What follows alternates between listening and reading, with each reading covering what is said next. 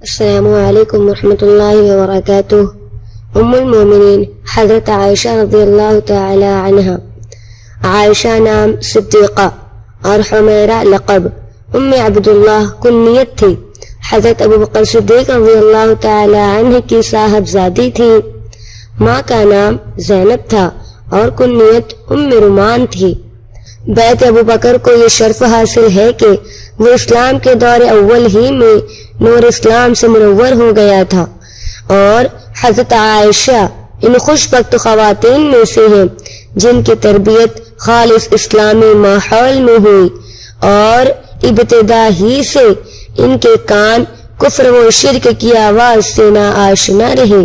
وہ خود کہتی ہیں کہ جب سے میں نے اپنے والدین کو دیکھا، انہیں نعمت اسلام سے بہرہ مند پایا۔ ازواج مطہرات میں یہ خصوصیت بھی حضرت عائشہ صدیقہ ہی کو حاصل ہے کہ وہ رسول اللہ صلی اللہ علیہ وسلم کی کنواری بیوی تھی، اور حضرت صلی اللہ علیہ وسلم سے ان کا نکاح 500 درہم کے عوض 10 نبوی میں ہوا۔ حضرت عائشہ کا نکاح اور رخصتی دونوں تقریباً شوال کے مہینے میں ہوئی۔ اس سے پہلے عرب شوال کے مہینے میں نکاح اور رخصتی کو فعل نیک نہ سمجھتے تھے اور اس مہینے کو منحوس قرار دیتے تھے، کیونکہ کسی زمانے میں اس مہینے میں سخت طاعون پھیلا تھا۔ اس نکاح نے عربوں کی اس اوہم پرستی کا دروازہ ہمیشہ کے لیے بند کر دیا۔ حضرت عائشہ رضی اللہ تعالی عنہ نے غزوہ احد میں شرکت کی۔ صحیح بخاری میں حضرت انس رضی اللہ تعالی عنہ سے منقول ہے کہ میں نے عائشہ اور ام سلیم کو دیکھا کہ وہ مشک بھر بھر کر لاتی تھیں اور زخمیوں کو پانی پلاتی تھیں۔ حضرت عائشہ صدیقہ رضی اللہ تعالی عنہ ذہانت اور حاضر جوابی میں بہت مشہور تھیں۔ اس سلسلے میں ان کے متعدد واقعات تاریخ و سیر کی کتابوں میں منقول ہیں، جن میں ایک واقعہ یہ ہے کہ وہ ایک مرتبہ گڑیوں سے کھیل رہی تھی کہ رسول اللہ صلی اللہ علیہ وسلم تشریف لائے۔ ان گڑیوں میں ایک گھوڑا بھی تھا جس کے دائیں بائیں 2 پر تھے، اور حضرت صلی اللہ علیہ وسلم نے پوچھا، عائشہ یہ کیا ہے؟ عرض کیا، گھوڑا ہے۔ آپ صلی اللہ علیہ وسلم نے فرمایا، گھوڑوں کے تو پر نہیں ہوتے۔ پر جستہ جواب دیا، کیوں نہیں ہوتے؟ حضرت سلیمان کے گھوڑے کے تو پر تھے۔ اور حضرت صلی اللہ علیہ وسلم اس فوری جواب اور بے ساختہ پن پر مسکرا دیے۔ نہایت سخی اور فیاض تھی، ایک دن روزے سے تھی اور گھر میں سوائے ایک روٹی کے اور کچھ نہ تھا۔ اتنے میں ایک مسکین عورت آئی اور اس نے سوال کیا، خادمہ کو حکم دیا، جو روٹی گھر میں پڑی ہے اسے کھلا دو۔ اس نے عرض کیا، آپ روزہ کس چیز سے افطار کریں گی؟ فرمایا، اللہ مالک ہے۔ شام ہوئی تو کسی نے بکری کا گوشت بھجوا دیا۔ لونڈے کو بلا کر کہنے لگی، لو کھاؤ، یہ تیری روٹی سے بہتر ہے۔ ایک مرتبہ ان کے بھانجے حضرت عبداللہ بن زبیر نے 1,00,000 درہم بھیجے۔ حضرت عائشہ رضی اللہ تعالی عنہ اس دن بھی روزے سے تھی۔ تمام درہم اسی وقت راہ خدا میں تقسیم کر دیے۔ شام ہوئی تو میزرا نے کہا، ام المومنین، اس رقم سے روزہ افطار کرنے کے لیے کچھ گوشت ہی لے لیا ہوتا۔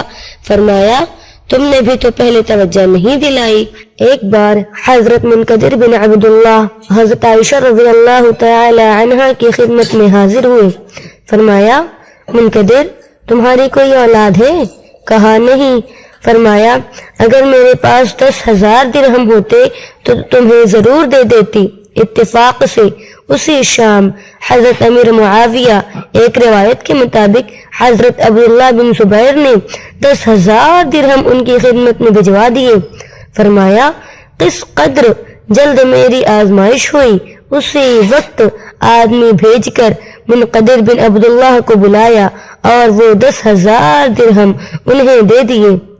علم بصیرت اور فقاہت کے اونچے درجے پر فائز تھیں۔ بڑے بڑے صحابہ ان کی خدمت میں حاضر ہو کر بعض نہایت مشکل اور پیچیدہ مسائل دریافت کرتے۔ حضرت ابو موسیٰ شریف فرماتے ہیں ہم اصحاب محمد یعنی صلی اللہ علیہ وسلم کو کوئی ایسی مشکل بات کبھی پیش نہیں آتی جس کا حل ہم نے عائشہ سے دریافت کیا ہو اور ہمیں اس کے بارے میں معلومات نہ حاصل ہوئی ہوں۔ ہم نے جب بھی کسی عقد کشائی کے لیے ان کے باب عالی پر دستک دی ہمیں ذہنی تسکین اور قلبی تسلی حاصل ہوئی۔ اور بن زبیر کہتے ہیں میں نے فقہ، طب اور شاعری میں حضرت عائشہ سے زیادہ کسی کو عالم نہیں پایا۔ یہی عروہ اپنے باب کے حوالے سے روایت کرتے ہیں کہ بسا اوقات حضرت عائشہ 60 اور 100 شعر کے قصیدے زبانی سنا دیا کرتی تھیں۔ حضرت عبد الرحمن بن عوف کے صاحبزادے ابو سلمہ جو ایک جلیل القدر تابعی تھے کہتے ہیں میں نے حضرت عائشہ سے بڑھ کر سنت نبوی کا عالم، فقاہت دین کا ماہر اور آیات قرآن مجید کی شان نزول اور فرائض کا جاننے والا اور کسی کو نہیں پایا۔ عطا بن ابو الرباح کا قول ہے حضرت عائشہ سب سے زیادہ فقیہ، سب سے زیادہ ماہر مسائل اور سب سے زیادہ صاحب رائے تھی۔ مسروق جو مشہور تابعی ہے کہتے ہیں بخدا میں نے بڑے بڑے صحابہ کو عائشہ سے فرائض و وراثت کے مسائل دریافت کرتے دیکھا ہے۔ امام زہری فرماتے ہیں عائشہ تمام لوگوں سے زیادہ عالم تھی۔ اکابر صحابہ ان سے مسائل دریافت کرتے تھے۔ حضرت عائشہ رضی اللہ تعالی عنہ فصاحت و بلاغت میں بھی اونچا مقام رکھتی تھی، ادب و خطابت میں بھی ان کا پایہ بلند تھا۔ کہتے ہیں اس باب میں حضرت علی رضی اللہ تعالی عنہ اور حضرت عمر رضی اللہ تعالی عنہ کے سوا وہ تمام صحابہ سے ممتاز تھی۔ ان کی بعض تقریریں ادب اور سور کلام کے اعتبار سے شاہکار کی حیثیت رکھتی ہیں، نہایت شیریں کلام اور فصیح اللسان تھی۔ جامع ترمذی میں موسیٰ بن طلحہ سے منقول ہے کہ میں نے عائشہ سے زیادہ کسی کو فصیح اللسان نہیں دیکھا۔ بعض احادیث میں جہاں حضرت عائشہ کے اصل الفاظ مروی ہیں، ادب و حسن بیان نے بات کہیں سے کہیں پہنچا دی ہے۔ مثلا آغاز وحی کے ضمن میں فرماتی ہے فما رأى رؤيا الإجاءت مثل فلق الصبح، حضرت صلی اللہ علیہ وسلم جو خواب دیکھتے وہ سپیدہ صبح کی طرح نمودار ہو جاتا۔ حضرت صلی اللہ علیہ وسلم پر جب کیفیت وحی طاری ہوتی تو جبین مبارک پر عرق کے قطرے ظاہر ہو جاتے۔ اس کیفیت کو حضرت عائشہ ان الفاظ میں ادا کرتی ہیں مثل الجمان، یعنی پیشانی پر موتی ڈھلکتے تھے۔ واقع افک میں انہیں راتوں کو نیند نہیں آتی تھی۔ اس کا اظہار اس طرح کرتی ہیں مکتحل بنوم، یعنی میں نے سرما خواب نہیں لگایا۔ آل رسول صلی اللہ علیہ وسلم سے انتہائی محبت کرتی تھیں اور ان کی بےحد مداح تھی۔ جامع ترمذی میں ہے، راوی کہتا ہے میری موجودگی میں حضرت عائشہ سے پوچھا گیا کہ عورتوں میں سب سے زیادہ فضیلت کس کو حاصل ہے اور کون خاتون حضرت صلی اللہ علیہ وسلم کو زیادہ عزیز تھی؟ فرمایا فاطمہ۔ پھر سوال ہوا مردوں میں سے یہ اعزاز کس کو حاصل ہے؟ کہا فاطمہ کے شوہر علی کو۔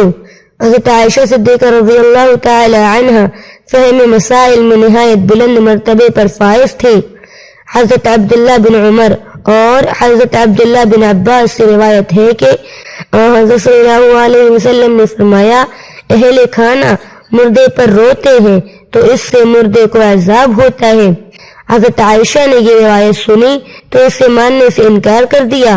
فرمایا اصل معاملہ یہ ہے کہ نبی صلی اللہ علیہ وسلم نے دیکھا کہ ایک یہودی عورت کی میت پر اس کے اعزہ و اقارب رو رہے تھے۔ آپ صلی اللہ علیہ وسلم نے فرمایا یہ لوگ رو رہے ہیں اور اسے عذاب ہو رہا ہے۔ آپ صلی اللہ علیہ وسلم کا مطلب یہ تھا کہ اس کے غلط اعمال کی سزا اسے مل رہی ہے۔ پھر حضرت عائشہ رضی اللہ تعالی عنہ نے فرمایا قرآن مجید کا ارشاد ہے لا تزر وازرۃ وزر اخری، یعنی کوئی دوسرے کے گناہ کا بوجھ نہیں اٹھائے گا۔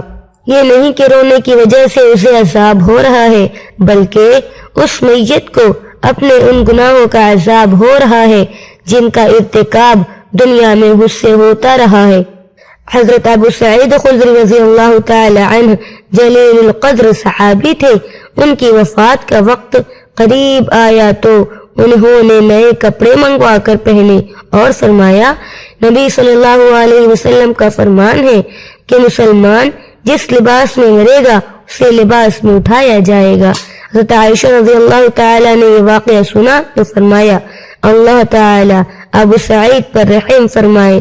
لباس سے نبی صلی اللہ علیہ وسلم کی مراد اعمال ہے، یعنی جس طرح کے اعمال کوئی شخص دنیا میں کرتا ہے اسی طرح کے اعمال لے کر وہ قیامت کے روز قبر سے اٹھے گا۔ لباس سے وہ کپڑے مراد نہیں ہیں جو ہم دنیا میں پہنتے ہیں۔ حضرت عائشہ صدیقہ رضی اللہ تعالی عنہا نے سے شنبہ کی رات 17 رمضان 58 ہجری کو 63 سال کی عمر میں وفات پائی۔ نماز جنازہ حضرت ابو ہریرہ رضی اللہ تعالی عنہ نے پڑھائی۔ وصیت کے مطابق جنت البقیع میں جہاں دیگر ازواج مطہرات مدفون ہیں وہیں دفن کیا گیا۔